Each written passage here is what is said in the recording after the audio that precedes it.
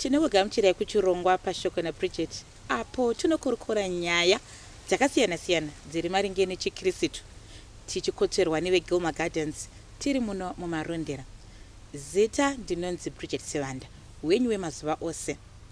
Nhasi handisi kufamba ndega muchirongwa. Nhasi tatsikwa tina sekuru Jeni, tinokugamuchirai kuchirongwa. Tina zvekare Pastor Goredema, tinokugamuchirai kuchirongwa. Azvita. Tinotenda. Nhasi tiri kutarisa nyaya iri pamusoro petsika dzatinotidzo tsika dzedu dzechivanhu. Nyaya yekutanga, mombe yeumai. Chii chinombonzi mombe yeumai? Mombe inombobvisirweiko? Ine basa rei rainoita? Ikasabviswa kunoitikei? Ndidzo nyaya dzatoda kurukura nezvayo. Imwe nyaya yechipiri, makare kare kwaitwa tsika yekuti vanhu vaiombera vachikumbira sadza vari pamwacha richiuya. Sadza raibva kunani? Vanhu vainamatiri panguva iyi, kana kuti vangwani munamatiro wakasiyana newakuitwa mazuva ano. Ndidzo nyaya dziri mudariro pazuva ranhasi achida kukurukura nezvadzo. Ndinovimba kudzimba uko mune mhinduro dzakasiyana-siyana. Vamwe makutopa maanza, vamwe moti mhinduro zvakatosiyana-siyana. Totanga nemi Pastor Goredema. Mombe yeumai inobvisirweko mombe? Itsika yatinoti yedu yechikristu here, kana kuti itsika yedu yechivanhu, kana kuti inokwana pese? Mazvita. Rega nditi chikristu, kaverenga shoko raMwari kubhuku yavaTesaronika vechipiri chapter 2 verse 15, kaverenga zvakare vaTesaronika vechipiri chapter 3 pavhesi ya6, inoratidza kuti chikristu itsika. Zvino chikristu zvairi tsika zvoreva kuti itsika yechikristu, uyewo nechivanhu itsika zvorevawo kuti itsika yechivanhu. Muchivanhu mune tsika dzinonzi dzechivanhu dzisina kushata, dzimwe dzatinove tiri kufamba nadzo mazuva ano, nekuti tsika kana kuti tradition pachirungu zvinongoreva kuti mutambidzanwa wezvatakagamuchira kubva kumadzibaba kana kuti kumadzisekuru, kumadzitateguru, zvikauya kusvika kumadzibaba edu. Regai ndidzokere kunyaya yamabvunza. Mombe yeumai, rega nditi haisi tsika yechikristu, ende zvakare chikristu achirambidze kubviswa kwemombe yeumai, nekuti kutenda mai vakazvara. Nekuti ukatarisa mubhuku Bhaibheri, shoko raMwari inoti kana mwana achinge akuroorwa panobviswa iya inonzi bride price kana kuti roora. Rega nditi kuchivanhu chedu mombe yeumai ipate yeroora, kuroorwa kwemunhu. Saka chikristu achirambidzwe kuti munhu aroorwe. Saka rega nditi chikristu achirambidze kubviswa kwemombe yeumai, asi chinorambidzwa muchikristu ndezvinozoitwa pakuibvisa kwayo. Muri kuzvinzwira kuZimbabwe. Amene munozvionawo sei? Toya kwamuri kuna sekuru Jeni. Kana pachinzi mombe yeumai, tinenge tichirevei? Inobvisirweko mombe? Tinotenda pashoko rakanaka rakadaro, ini ndinosununguka pazviri pakuti imombe iyi inomirira kutenda mai vazvara munhu mwedzi mipfumbamwe, mwana achitamba ari mumu kusvikira abude kunze, kusvikira azofamba wega andi murupamu. Saka mombe yeumai itsika yagara iriko kubva kare pasi chigare, zvekuti vakatombotanga zviri zvembudzi kusvikira zozoya pamombe. Vakanga vazozviona kuti value yembudzi nemombe zviri nani tibvise iri mombe, nekuti basa ramai pamusha hariperi kana dai vakafa munete muchingovarangarira nezvavangaita nguva nenguva. Saka mombe iyi inobviswa, yabviswa tsika dzayo dzainoita. Mombe iyi yabviswa ndezvekuti mombe iyi inozoitwa aya anonzi madiro. Handizivi kuti ipapo munganditererese kuti muzoziva kuti zvinorevei. Madiro zvinenge zvichireva kuti mai vabereka mukadzi wangu, ndamubvisira mombe yeumai, ana amai vake, mai vake vana amai vavo. andimurupauno saka pavanhu vatatu ivava ndo panosaka kuti mombe kana yabva iyi inofanirwa kuti ishumwe kuna vanhu ava patsika dzinozosaka kuti pachikristu wazoti isa hatichakwana nokuda kuti iyi wokupedzisira uyu mbuya wechitatu ava ndo wanozopuwa inonzi zvahuwa iye inobviswa kanzeve kwekuru boshe nekaizondo nekapisikeura nekaguru nekapisike chiropa zobikwa muchiwenga mukuwasha anenge achikwidzira gambi rakoko hariiswe munyu andimurupona saka panebva zvinhu zvese izvozvo mukuwasha anotanga abuda nechiwenga chake chiyechi undoisa kusangoko nekuti vatiri kutaura ava vachagara mumusha vanorupawa kupi sango ikoko vari muno musha achingodzoka oswesa munyu mugambi rake ochitanga kudi pakurira vazhinji voziva kuti uyu akabvisa mombe yeumai mangwana hazvina chinonetsa. Okay, aiwa tiri kuzvibvisisa. Saka mombe iyi ikasabviswa ndodzoka kwamuri Pastor Goredemu, pane chinoitika here yekuti mukwasha auya uzorora oregedza kuibvisa mombe yeumai kusvikira tomboti mai vatisiya, pane chinoitika here? Ndichipindura mubvunzo wenyu, rega nditi pane patawirirana nasekuru, pane patisina kuwirirana nasekuru.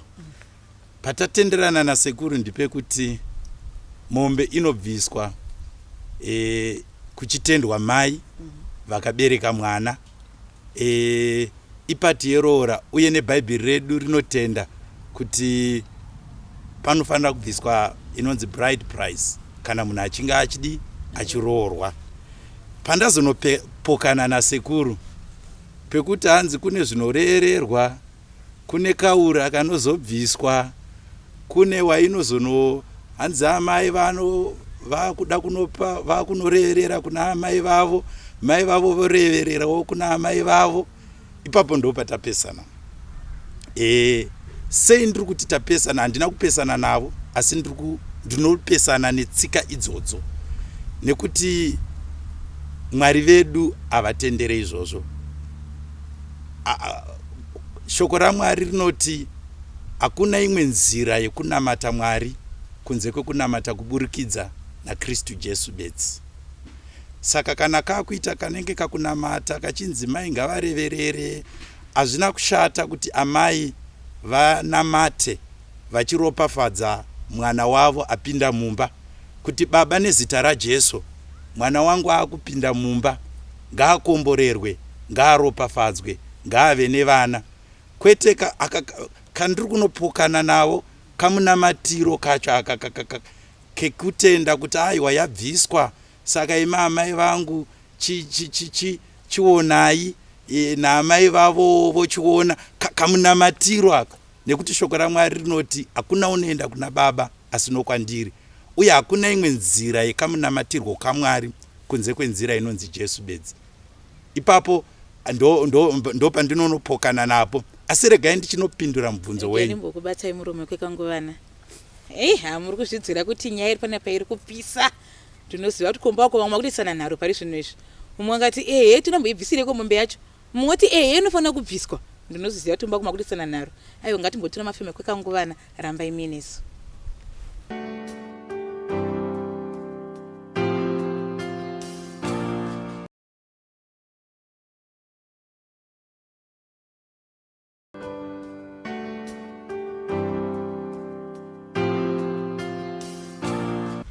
Vadiwa vatari tinokugamuchira zvekare kuchirongwa pashoko naBridget. Apo nhasi tikukurukura nyaya yetsika yemombe yekubviswa kwemombe yeumai. Tamusika muchechipiri kumacho tambobvunzwa kuti mombe iyi inombobvisirwe kwemombe yeumai. Ndazokubatai Pastor Goredemu muromo paya muchisanangura kuti mombe ikasabviswa chii chinoitika. Mazviita vanzvadzi. Ini ndinoti hakuna chinoitika kuibvisa kana kusaibvisa. Asi ndikadzokera mushoko raMwari, bhuku yaGenesis inoti kudza baba vako naamai vako. Mai vemudzimai ndimai vangu, baba vemudzimai ndibaba vangu, zvimwe chetezvowo kumudzimai kuvabereki vangu. Saka patiri kubvisa rorai kukudza nekuvaremekedza vabereki nekuda kwebasa ravanenge vaita. Andina pandinozviona mushoko raMwari pazvinotaurwa zvichinzi kune chinozoitika. Saka inini minduro dzangu dzinobva pashoko raMwari, nekuti hakuna shoko raMwari rinongoti kudza baba vako namai vako kuti mazuva ako agowedzerwa panyika. Saka pakuibvisa kwatiri kuita, tiri kuibvisa tichitenda mai kuvakudza uko sekutaura kunoita shoko raMwari. Kuvakudza tiri kuibvisa tichivatenda uye tichivakudza nekuda kwebasa ravakaita. Asi rega nditi zvichibva mushoko raMwari pamaziviro angu, kuibvisa kana kusaibvisa, hatiibvisire kuti pane zvichazoitika here kana kutya kuti pane zvichazoitika, but tinoiita setsika yechiKristu uye semurayiro waMwari. Mwari sezvavakatirayira kuti tinofanira kukudza vabereki vedu, tinofanira kukudza baba naamai. Saka ndinozviita ndichiteedza murayiro waMwari, kwete kutya kuti pane zvichazoitika, asi ndichitya Mwari wakatikudza baba naamai. Kwete kutya umwe munhu, kwete kutya ani kana chii, asi kutya Mwari wakatikudza baba naamai. Yeyo sekuru, mombe iyi patsika dzedu dzechivanhu ikasabviswa, chii chinoitika? Mombe iyi ikasabviswa, kuvana vane vanga vachifanwa kubvisirwa mombe iyi, vana ivavo dzimba kazhinji hadzigarisike zvakanaka. Piri, zvokuti unhu hwavo vana iva kuti vanyaseiti vana vanozokotera pamusha pana amai nababa, ndinoona ini zvichinetsa kana kutoita urwere humwe husina tonzwisisika kuti zviri kubvika. Mutotadza kutonzwisisa kuti achienda kuna dhokota chaiko anozikunzi hatina chatiri kuona, asi kana ari kumba haasi kurara. Asi kungonoti bedzi mombeyo mandozviwana, kungotaura kuti aiwa tazvinzwa munhu yakwanyana akwana. Saka tichizvitenda kuti ichokwadi. Saka tinoti vaya dzimweni dzenguva mai vari panditi mombe haina kubviswa vachigunun'una, ndizvozvo hanzi zvine zvazvinoita kumhuri yevana ichokwadi here? Mai kana vachiripo vachigunun'una, vanotogunun'una ndambuya kuti handina kupiwa mombe yavo kubva kumwanasikana wavo handitika. Saka kugunun'una kwaambuya kunosimudzazve mhepo. Pandataura pambuya dziya mbiri dziya idzi, ndo kugunun'una kwavo ndo paakubuda mhepo, ndo vanosunga mberekwa. Saka tiri kuti saka mombe yeumai ikasabviswa iyi inogona batswa pakutoti amai nekugunun'una kwavari kuita, mwanasikana wavo otadza kutobereka nekuti mombe haina kubviswa. Anogona kuparadza imba, toita fanika munhu asisina pfungwa dzake kana kuti zvakamira sekuti uzozvicherechedza kuti uone kuti ndezvizvi. Unozoona nemasainzi aya kuti kungaa kurwara kwevana kana kuti imba mangogara manyama amire nerongo nemurume mukati memba. Ndodzoka kwamuri pasta, kutsika dzedu dzechivanhu hanzi ikasabviswa inokonzera makakatanwa mumba, zvinhu zvinoita manyama amire nerongo. Mombe ikasabviswa, mai vakangogunun'una kuti pakarorwa Georgina handina kupiwa mombe yangu, kana kuti vari munhu yakura anoti vedu weka inini muchindipa mombe yangu ndichiri kurarama ndiidye ndichiri mupenyu. Tinotenda. Regai ndine pandiri kuda kuti panoita sekunge panoti JK kuti ndigozonopindura.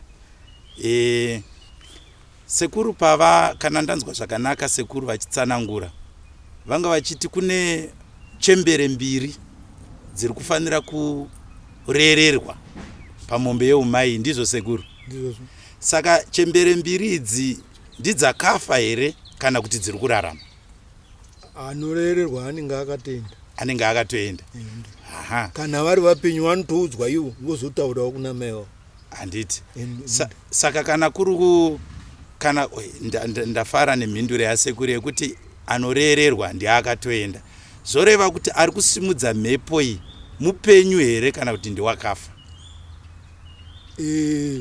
Zvinoita ndezvekuti miromo yedu yatinotaura isu vapenyu ndo inosimudza wakafa. Alright. Zono saka ndiri kuda kuti ndinyatsonzwa kuti ndigone kuzonyatsopindura ndikwe kuti mhepo iyi iri kubva ichinobva nekuda kwevari kukonzeresa ndevakafa here kana kuti mupenyu? Ari kugunun'una mupenyu kawo. Ndiye ari kugunun'una kwaari kuita kukanzikwa nevava. kukanzwikane vakafa zvakudzoka mumhuri naika asi ari kunozvidzosa mumhuri haasi mupenyu uyu ndevakafa ava vanzwa kugunun'una kwemupenyu. Right, regai ndiende mushoko raMwari tikaverenga pabhuku yaMuparidzi ndozonopindura. Muparidzi chapter 9 pavhesi ya 4. Shoko raMwari rinoti, nokuti kana munhu achiri pakati pavapenyu vose achine chinhu chaangatarira, nokuti imbwa mhenyu inopfuura shumba yakafa. Ndichaita sekunge ndiri kuparidza. Muparidzi pano ari kuedza kutaura kuti munhu ane chaanogona kuita bedzi kana achinge ari mupenyu, kwete achinge afa. Kubvunza kwese kwandanga ndichiita sekuru, ndanga ndichida kunzwa kuti vari kuti kunyangwe mai vangu vari vapenyu zvavagunun'una, vagunun'una havo asi mhepo dziri kuzonomutswa nani. Sekuru vakaonesa kuti kugunun'una kwaita amai ndokwaita kutiwo chembere mbiri dzakafa idzi dzizomutsa mhepo. Asi shoko raMwari manje romva rati kana munhu achinge achiri mupenyu ndobedzi paane chekuita, asi kana achinge afa zoreva kuti ndaane kupesana, kwete kuti ini, asi shoko raMwari raane kupesana nezviri kutaurwa nasekuru kuti wakafa haana chaanogona kuita kumupenyu. Regai ndirambe ndichiverenga kusvika pavhesi ya 6. Vhesi ya 5, nekuti vapenyu vanoziva kuti vachazofa, asi vakafa havana chavanoziva, kunyangwe nemubayiro havachina, nokuti havacharangarirwa. Ndinofarira shoko raMwari. Kuri kunzi kunyangwe nemubayiro havachina, vakafa havachina mubayiro. Zoreva kuti vakafa havagone kundipa mubayiro wemwana, vakafa havagone kundipa mubayiro webasa. Ndokutaura kweshoko raMwari. Hakuna chandinotarisira chinobva kune wakafa. Saka ina handitende kuti wakafa une mhepo dzaanomutsa dzaangakanganise mumba mangu. Nekuti shoko raMwari pavhesi ya 5 ndidzokorodze zvakare, nekuti vapenyu vanoziva kuti vachazofa, asi vakafa havana chavanoziva. Vakafa havana chavanotoziva. Zoreva kuti mbuya ava tiri kutovanyebera kuti vamutsa mhepo. Shoko raMwari riri kuti havana chavanoziva kuti vanyebera kuti vamutsa mhepo. Ndimbokubatai muromo zvekare mufundisi gore dema.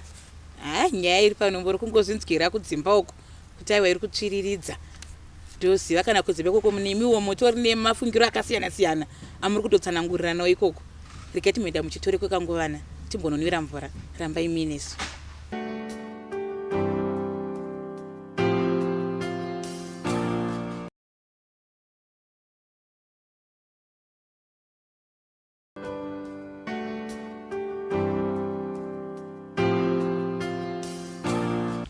Tinokugamuchira zvekare kuchikamu chetatu chechirongwa pashoko naBridget. Nhasi tikurukura nyaya iri pamusoro pemhembo yeumai yatinoti itsika yatinoita mukurarama kwedu sevanhu vatema. Tinovimba kana varungu variko vanobhadhara inonzi bride price, asi kwedu tinoti tsika dzedu dzechivanhu tinobvisa inonzi roora, vamwe voti lobola, vamwe vane mazita akasiyana siyana.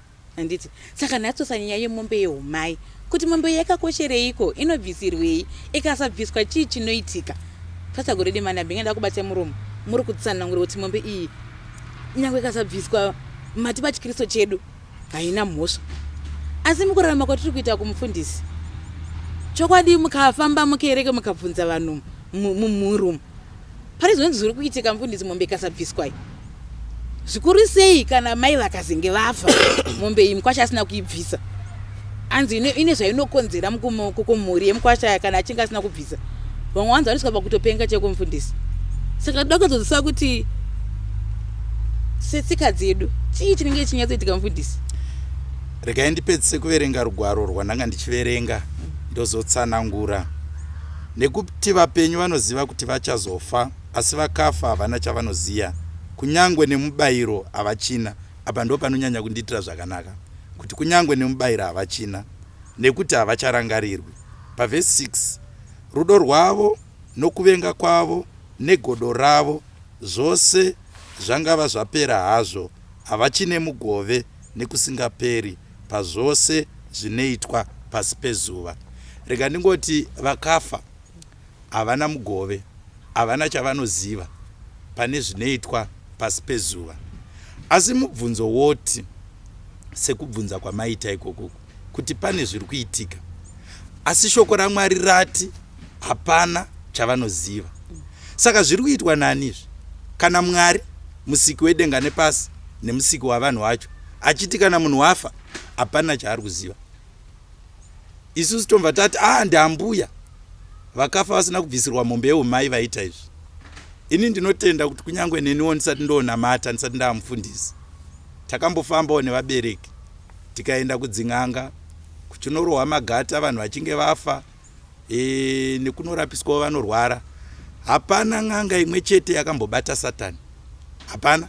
Kwandakambonzwa n'anga ichiti uyu ndisatani. Asi inini chandinotenda ndichekuti zvose zviri kuitwa izvi Satani munyengeri, ndozvinotaura shoko raMwari. Satani munyengeri, unonyengera vanhu, unouya wakafuka chimwe chinhu. Tikadzokera mubindu reEdheni, unonzwa kuti Adhamu naEvhi vakanyengerwa nenyoka, asi ukazotarisa kuseri kwenyoka yakanga isiri nyoka, ndiSatani.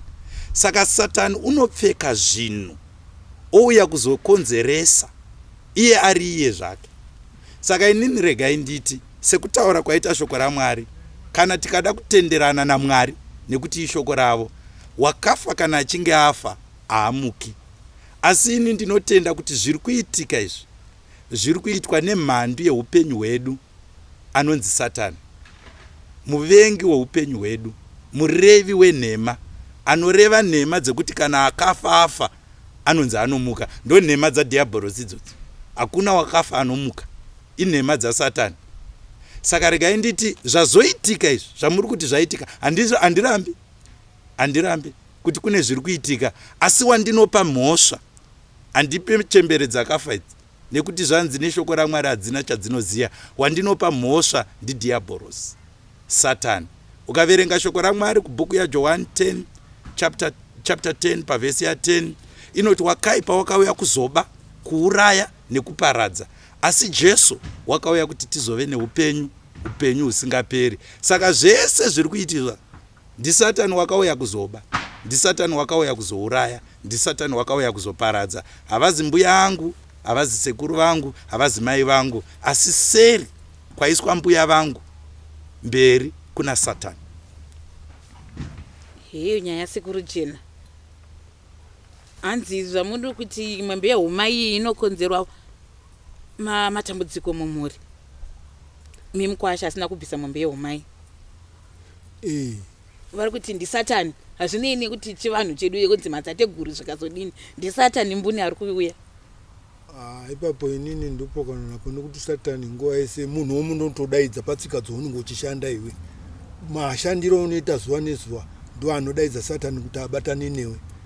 Saka pane zvizvi zvokuti mbuya vakafa vabvisirwa mombe yeumai, nambuya wokuseri vakafa vabvisirwa mombe yeumai, nhasi uno mukadzi wako abvisirwa. Handifungi kuti pane kurasika ipapa kana achinamata, handifungi kuti chingati zvakaipa nekuda kuti kutendwa kwakangonaka.